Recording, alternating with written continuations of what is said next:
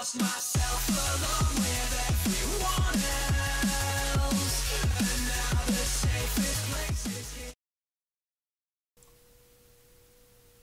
Why, hello everyone, my name is Filibuster Fox, casting today with Azaraki Dragon in the Strife Championship Series, brought to you by Gamevox and Serial Productions. This is the first qualifying event where the teams are striving for a position in the Strife Championship Series, and we're about to get started in this first match between Crimson Blade and Team Derp. Yep, and we've already have a lot of the bans and picks coming out. So far, Bow and Rook have been banned, so continuing with the Rook ban, one of the standards because of his impressive laning as well as extremely strong late game. He's got a lot of steroids. Whenever he uses an ability, he gets some extra auto attack speed, he gets a lot of extra damage from just basically his kit in general, so that's something that just makes him a very strong contender to deal with. On top of that, he can initiate with his ultimate, and he's just a really good laner in the bot lane, so definitely can see why that's banned out. On the other hand, we have Bow, which is one of the standard. Basically, what you want to do is ban out one of the three big tanks. That's going to be Bastion, Claudessa, and Bow. And keep in mind that the new three heroes are not playable yet. Those are perma-banned across the qualifying tournaments because we don't want anyone pulling out some cheese strats and taking out one of the just winning based off of cheese, basically, off of a strategy that no one actually saw coming, and then, you know, suddenly they get a win, and perhaps they don't quite deserve it. Perhaps their mechanics aren't as good, they just won because of that one comp. That's entirely possible, so no one can play the new three heroes, so you really only have the three tanks of Bastion, Claudessa, and Bow. Shank can sort of double as a tank. He can be a clutch pick if you really need an extra tanky member on the team, but generally he's not as effective as Bastion, Bow, or Claudessa. And in terms of picks, we have Bastion, Lady Tinder, and Featherstone for Crimson Blade, and Claudessa, Vermilion, Carter, and Moxie for Derp so far. We'll have to see what Crimson Blade bans last.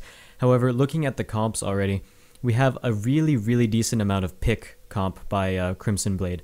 Lady Tinder, really good with the snare. Ray can catch out people with the stun. Bastion can catch out people with a side deck charge. And then on top of that, they have a lot of burst damage to basically follow all of that up if they ever need it. Indeed, that should be a good composition there. Of course, it's nice to see that both teams have managed to pick up one of the two tanks that were not banned out, Claudessa over on the other side. Of course, my personal favorite, strong tankiness with a lot of ability to initiate, although not quite as solid as initiate as Bastion. You have to really land a what amounts to basically a hook with your Q in order to get a good solid initiate. I can't actually see the picks or bans, so if you could cover who's on the other team as well for me. Oh, okay. So over on Team Derp, we have Claudessa, Vermilion, Carter, and Moxie. So on their side, they've got really long-range poke. Carter and Moxie is huge, huge, huge for poke. Those two alone can generally burst down any squishy carry or even some diving assassins in just a couple of abilities. So that's something that's going to work towards their comp really well.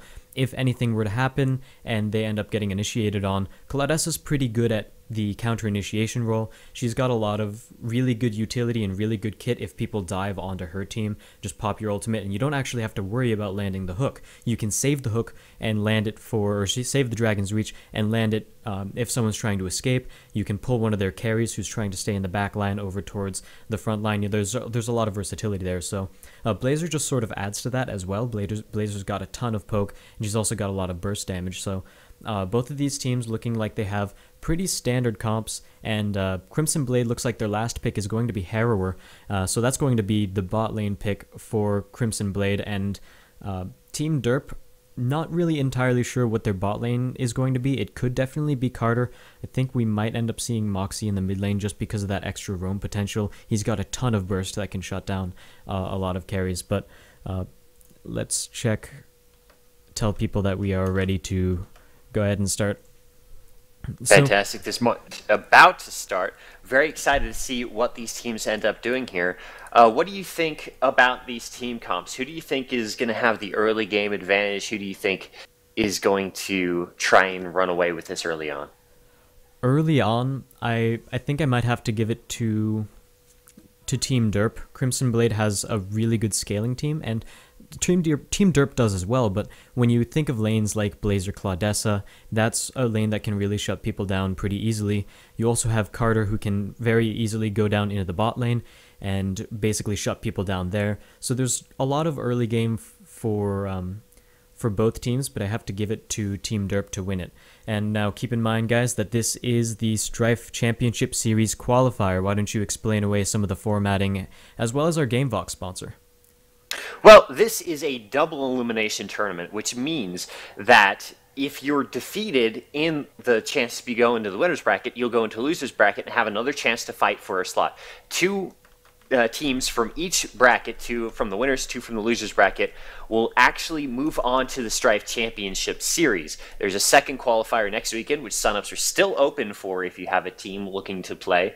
So these teams have a lot of chance to come through, even if they lose their first matches.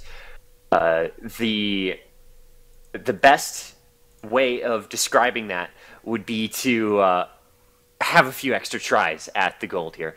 So GameVox itself is a voice over IP program similar to TeamSpeak or Ventrilo or any of these others you may have tried. It's my personal favorite. We are using it right now, and we use it all the time in our personal gaming. A lot of great fun to be had with that. Yeah, it's got some amazing voice quality. The voice activation works extremely well, and overall, I'm extremely impressed with GameVox's product. And they're still fleshing out a lot of their features, and they're still getting things 100%. I can imagine they still have a lot of things down the road that they want to implement, so I'm really looking forward to seeing that. Again, it is also my favorite out of all of the voice programs I've ever used, so I definitely enjoy using GameVox, and thank you for sponsoring the Strife Championship Series. So we'll be getting into game in about 40 seconds as these guys make their picks. Again, I am Azuraki Dragon. Casting with me is Filibuster Fox, and we'll be getting into the game fairly soon. So in terms of the brackets, the team that wins this game is going to end up going against Flipside Tactics, which is a very, very tough game for them. So we'll see how they perform here, whether or not either team can show up really big, and we'll have to see how they fare against Flipside after this game as well, because that is going to be a tough matchup. Flipside is seeded second in the bracket, so it's something that you really, really need to watch out for. So these teams really have to use this as a solid warm-up for this. Hopefully they've been doing a little practicing prior to the matches today, of course. But that Flipside match is going to be a difficult fight, and they're really going to have to pull out everything they have to move on in this bracket layout against them.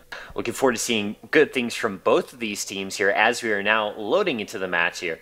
We'll get in very shortly and start to see what their starting builds are going to be. Yeah, starting builds, I can expect a lot of regen across the board. That's one of the big standards you have nowadays is one of the reasons people have stopped building boots is because generally you're not going to start roaming until you get to level 6, until you hit one of those big power spikes where you have that fourth ability for your kit. And basically people say, well, until I hit level 6, I don't really need the boots because I'm not really going to be roaming all that much. That allows them to get the regen items, like the mana regen or the health regen, either one, and that's that's something that's going to basically allow them to stay healthy in lane. They can outlane their opponent, they can keep spamming spells and abilities, and after a few minutes, once they hit level 6, they can easily use the courier to give them the boots to bring it right to them during lane, and then they can roam off of that. So that's a very sort of common tactic that we see nowadays. Currently, we are in a pause. I'm not seeing anything in chat yet, so it looks like we have a disconnect over on the side of Team Derp. Laloon has disconnected so far, so we're just waiting for him to get back into the game, and hopefully he can.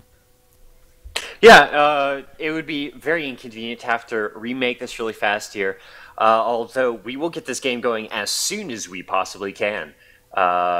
We have seen some of the starting items, but I suppose we'll refrain from discussing them just in case we do have to do a remake here to not give away any extra information.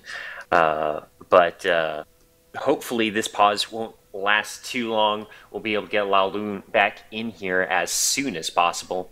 And we can get started with the first match of the day for the Strife Champions Series first qualifying match. Once again, this is brought to you by GameVox, voice done right, and Surreal Productions, who you are seeing the productions from right now. Myself and Azaraki Dragon, the casters. I am Filibuster Fox, and we're just waiting on this reconnect here. We're waiting to wait. A lot of waiting. We are indeed waiting to wait. So for those of you unfamiliar with Strife, there may be some of you here, we can use this opportunity to introduce you to some of the basics of the game. For example, there are no wards. There are 4 points which you can control to give you temporary vision in the area around it. You just walk near it, you get that vision for a short time, and then the enemy can take it. You can swap it around. That's useful for warding up some of the jungles using these observatories. If you are showing that on stream, I very much appreciate it. Definitely. In addition, there are 2 major jungle camps, Baldir in the north and Sindara in the south.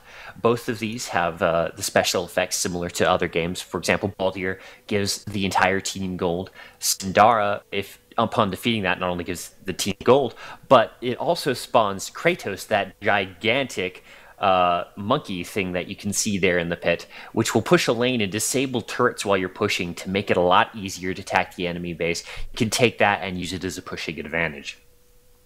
Yeah, so this game has quite a few differences to other MOBAs like you see in League of Legends. It is a 3-lane map, but on the other hand, they have the differences that Fox already explained. And on top of that, you get a courier, which is something that's sort of akin to Dota, but also not really, because instead of getting a courier that's shared between the team, each person gets an individual courier. That courier can't die, that courier can't give up the items to the enemy team, so it's a lot more friendly in that respect.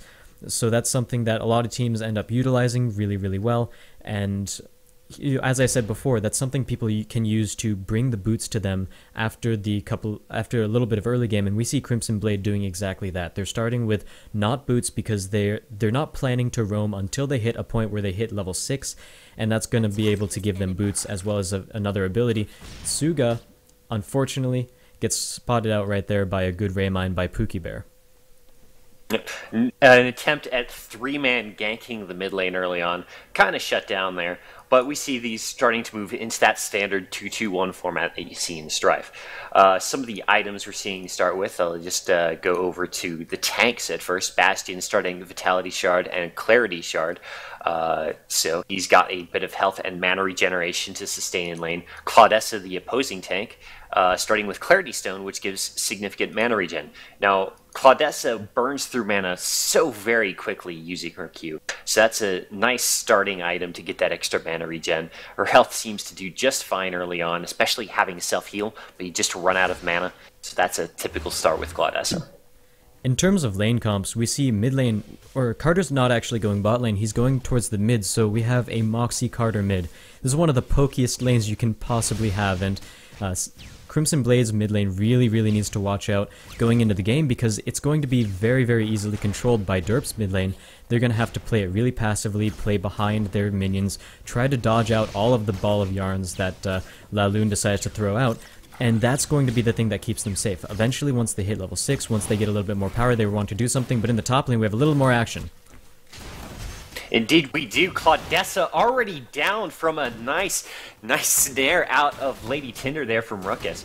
Sangohan now just having to sit there and farm up a little against this double lane. Claudessa coming back as soon as you can. Fortunately, the respawn timers are very low right now, and you get that speed boost coming out of the base, so she's going to get there a little behind, but that's going to get level 3 to this top lane for Crimson Blade, and Claudessa is going to be behind at least 1 or 2 levels.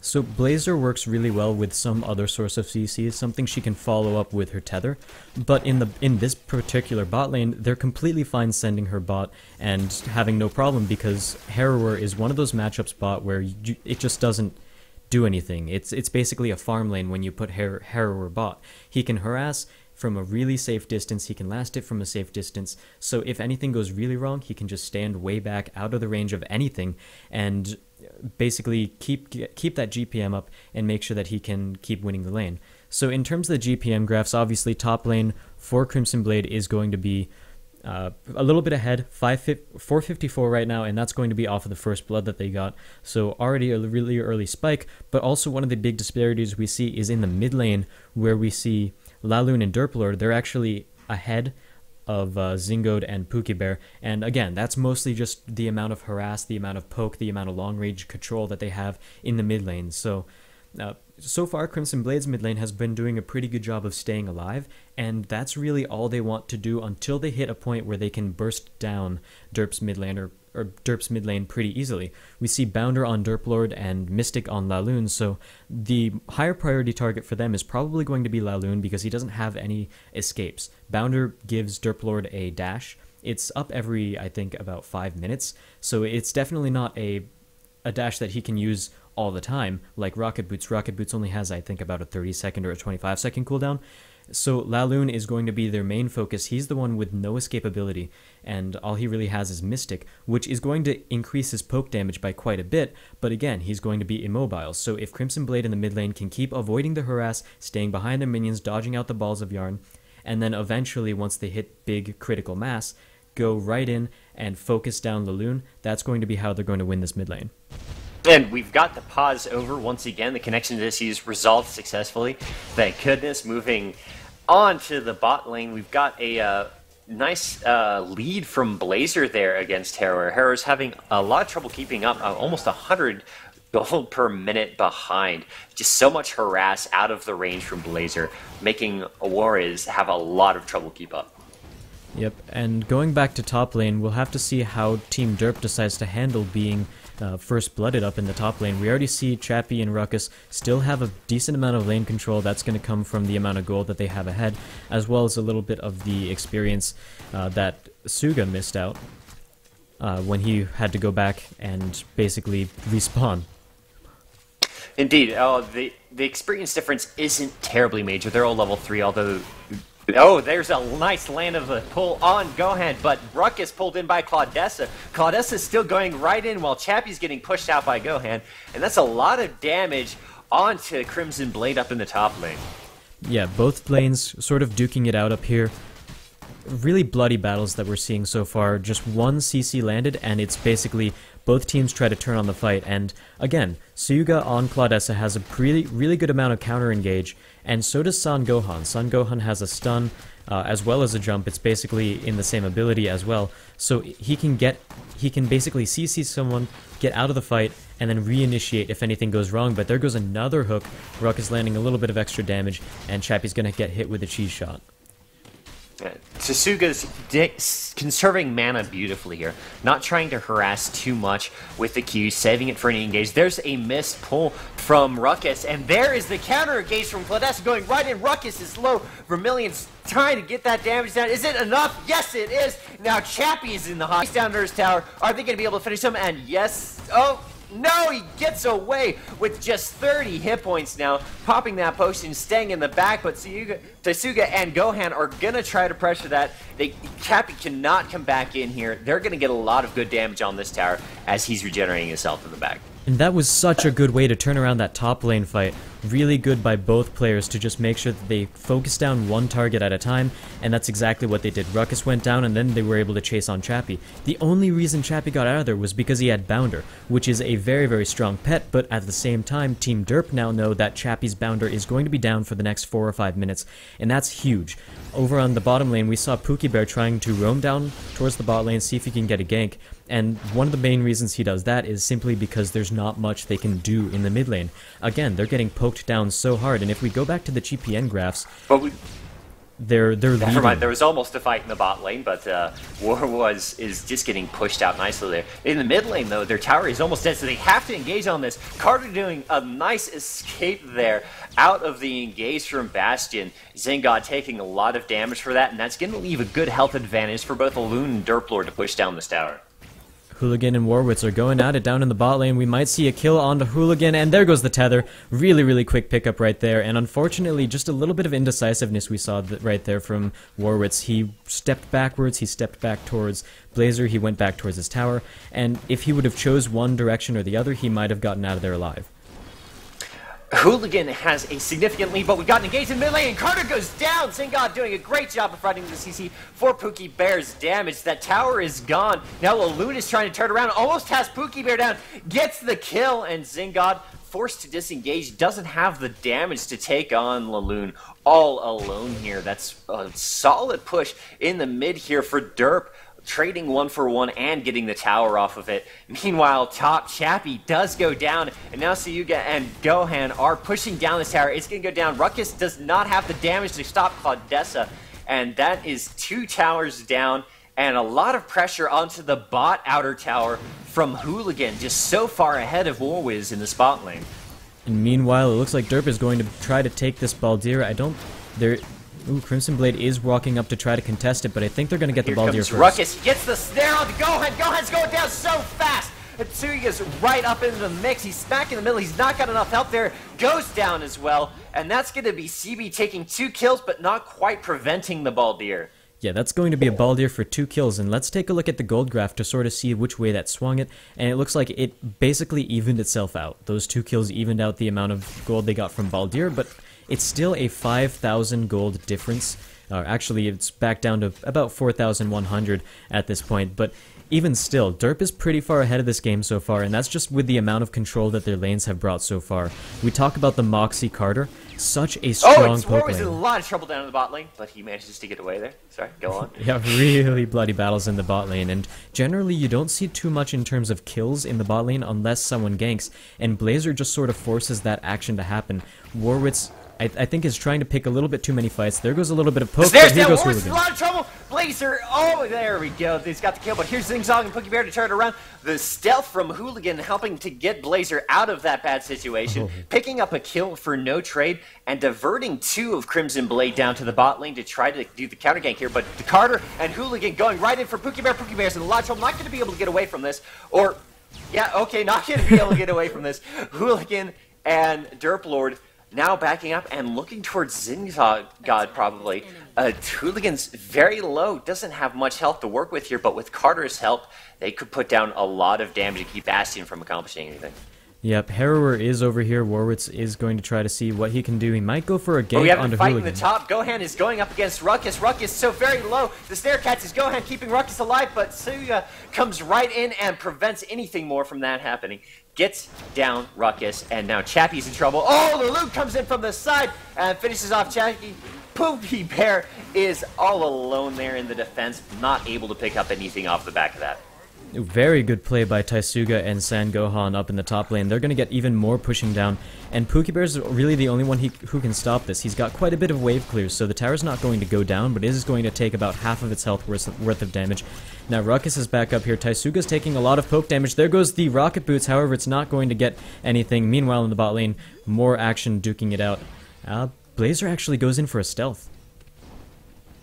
Nothing much happening there. May try to face check that bush, but Warwiz popped the potion. As up to full health, Hooligan is pretty low right now and could be in trouble. There goes the wolf. He's engaging under the tower. The stealth from Hooligan stopping that engage short, and a nice bit of poke to trade that damage back up. Yeah, Hooligan's doing a really good job of playing mind games down in the bottom lane, but in the mid lane, Zingod goes in for it. And Laloon is in a lot of trouble. Bastion just all over him. Laloon's going to go down here, but Pookie Bear taking a lot of damage from Carter. Oh, here goes Laloon down Derp Lord under the tower, nice and safe now. Nice pickup. Very good engagement from Zingod there to enable that kill. Definitely, and that's going to be a rotation for Baldir. Baldir is up at the moment. Taisuga on Claudessa is going to be able to spot this out, however, and they're going to try to contest it.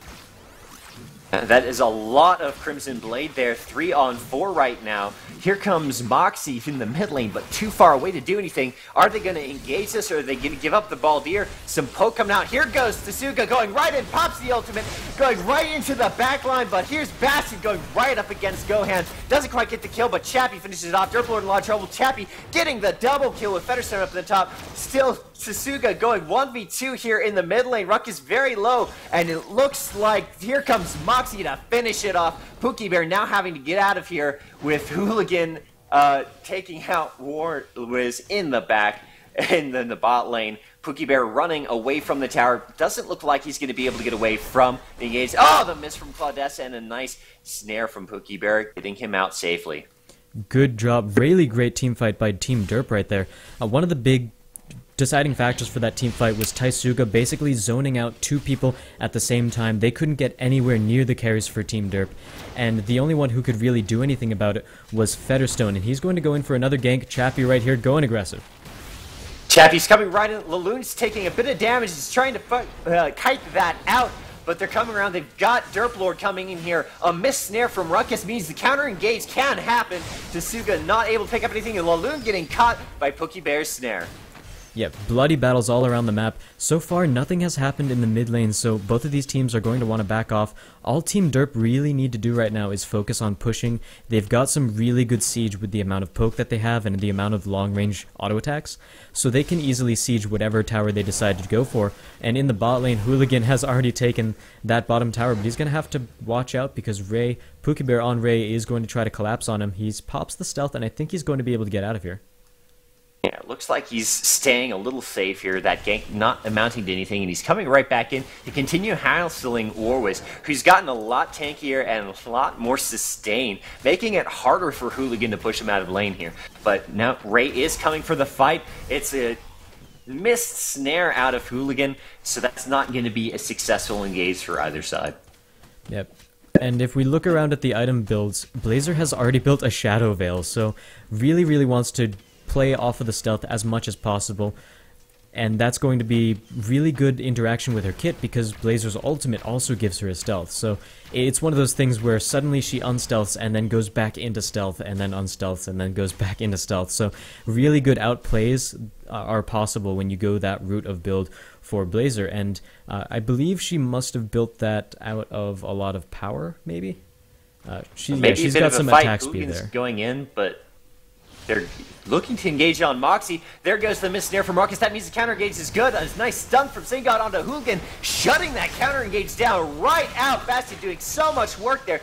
Not quite. Oh, the nice snipe from Pokebear finished it off. Zingod is going to pay the price for that, but that set up a tank for the huge source of damage from that solo bot lane here. And Claudette is picking up the vision in the jungle. Looks like no major aggression is going to come off of the back of that. Both teams coming pretty much even from that fight.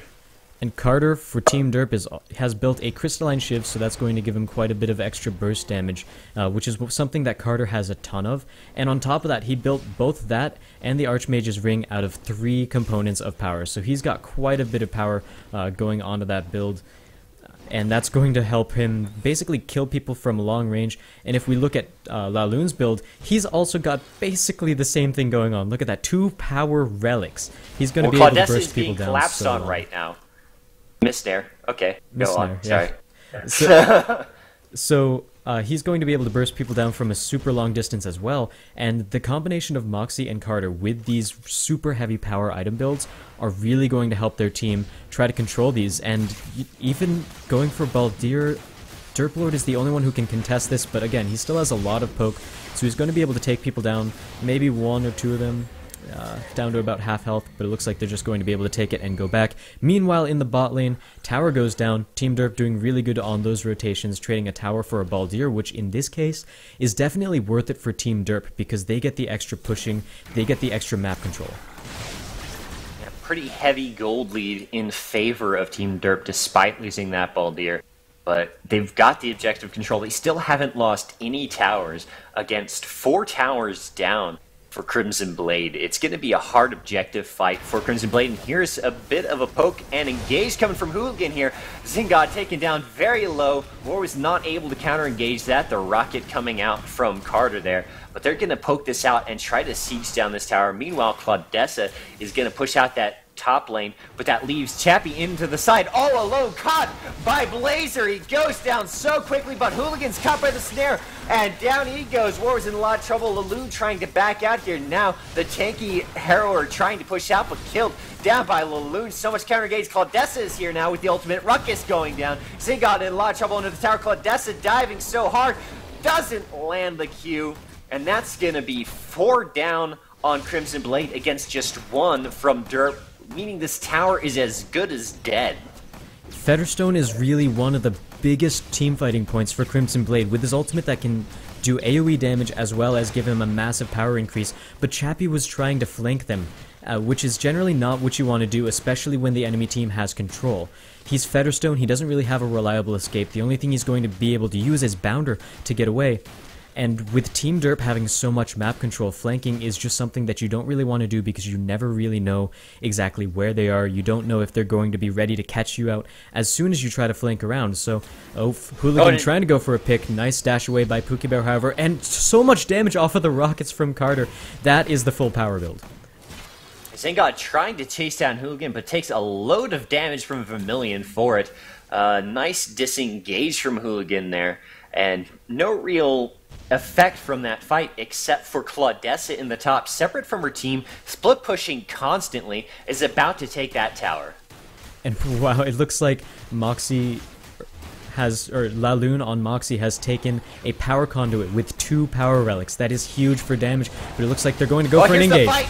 Gohan in a lot of trouble. Warwick's right on top of him. Hooligan and Gohan solo and down the double kill to Harrower there. Harrower taking the damage, but getting out in time. Laloon now in the hot seat. Here comes Chappie to finish it off. Nice snare out of the Tinder, meaning 3 kills for nothing out of Crimson Blade. Good job. They're taking the tower. Claudessa's pushing up the mid lane, but Derp Lord's going to have to defend against this full push. Nope, they're backing off. They are rotating in for Claudessa possibly here, if they see it, but no, here's Sindar. They're going for Sindar. Only Claudessa and Carter anywhere near to contest this. Yeah, they're going to be able to poke it out. Maybe if Carter lands some really amazing rockets, they're going to be able to contest this. But aside from that, they might not be able to. However, if Team Derp gets there fast enough, they might be able to engage this. And there goes the engagement. Zingod goes really low, and Ruckus is going to be the next focus target. Warwick is going to go down as well, and it looks like Chappie is on the run. Sindar goes away over to Team Derp, Team Crimson Blade, actually. So they do end up securing that. Chappie goes down as well, picked up in the back. Down on Crimson Blade. That means the Sindar is going to possibly be completely... And it looks like we were getting a little bit of connection issues with Gamebox, so Team Derp is going to be pushing down the mid lane generator, and they're going to be able to take that for basically free, and that's going to be the trade for the Sindara. So the Sindara call from Crimson Blade had a good idea, however Team Derp was able to show up way too quickly, and they're able to get more out of it than Crimson Blade will from Krydos. We really have to see how well they can keep Krydos alive. If he can take 2 towers, then it's probably going to end up being worth it, but they really need to show their team play right here and make use of this Krydos push. Alright, are you able to hear me okay now? Yes, now I can. Fantastic. Alright, so Krydos is coming in, but they still have the outer tower here, and all 5 from Derp are here to defend it. They've already got Krydos down to half. A nice bit of missed engage from Sigurd there means that Kratos is not going to accomplish anything there, and it's going to be an even 5v5 fight in this mid lane. A lot of minions pushing into the top lane for Derp is putting the pressure on CB to disengage this. They don't have any sort of tower to run to other than the center of their base there. And there's the engage. Tasuka going right and hits a beautiful Q and destroying the back line there. Zingod, the only line that could possibly stop them, has no health left, giving 2 kills to Gohan and an easy push on the top lane here for Derp. And they're going to go for the generator, which gives them more minions to try to take out the core. And on top of that, it also gives them a little bit more damage, because if this generator goes down, then we see right here, it deals a big blow to the core, and they're going to be able to take that down to the Crux, and they're going to be able to take that down pretty quickly. We see 2 people alive to contest it, Ruckus and Pookie Bear, but doesn't look like they're going to be able to do anything, but they're definitely going to try. Warwiz goes in, he takes a lot of damage, but Tasuka does not go down. This may be the end, but Gohan taking all of the aggro from the core, stays alive, gets a bit of a heal there, and Gohan kills Pookie Bear, it looks like, in the back. Chappie now taking the damage, but it looks like this game is going to go right in for Derp. Derp finishing the first game of the Stripe Champion Series qualifying tournament with a striking win, leading quite heavily throughout the game, only losing 1 tower the entire match.